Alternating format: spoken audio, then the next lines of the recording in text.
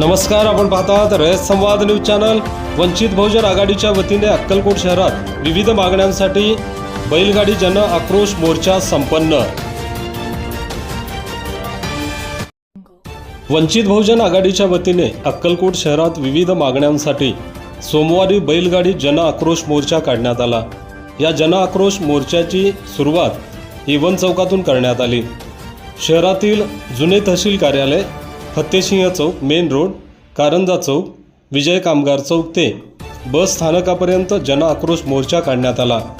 या जन आक्रोश मोर्चात शेतकऱ्यांच्या शेतमालाला भाव नाही, खतांचे वाढते दर, पेट्रोल डिझेल गॅसचे वाढलेले दर, बेरोजगार तरुणांना रोजगार मिळावा, नीट पेपर फुटी, लाडकी बहीण योजनेसाठी अनुसूचित जातीचा वळविण्यात आलेला निधी अशा विविध जनसामान्यांच्या प्रश्नांवर प्रकाश टाकण्यात आला।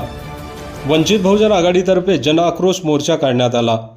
या जन आक्रोश मोर्चात केंद्र आणि राज्य शासनाचा निषेध करण्यात आला।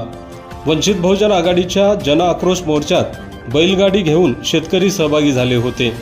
या मोर्चाला उपस्थित असणारे वंचित बहुजन आघाडीचे राज्यातील नेत्यांनी मार्गदर्शन करून शासनाच्या धोरणावर टीका केली।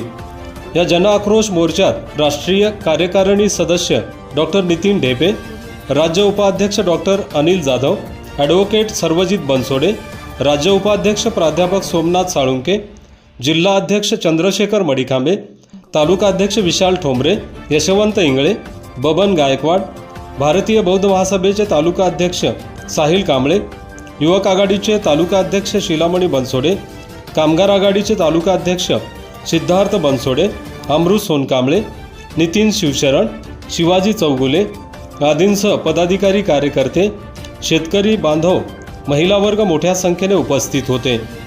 आपल्या परिसरातील बातम्या पाहण्यासाठी रयत संवाद न्यूज चॅनलला सबस्क्राईब करा, शेअर करा, लाईक करा।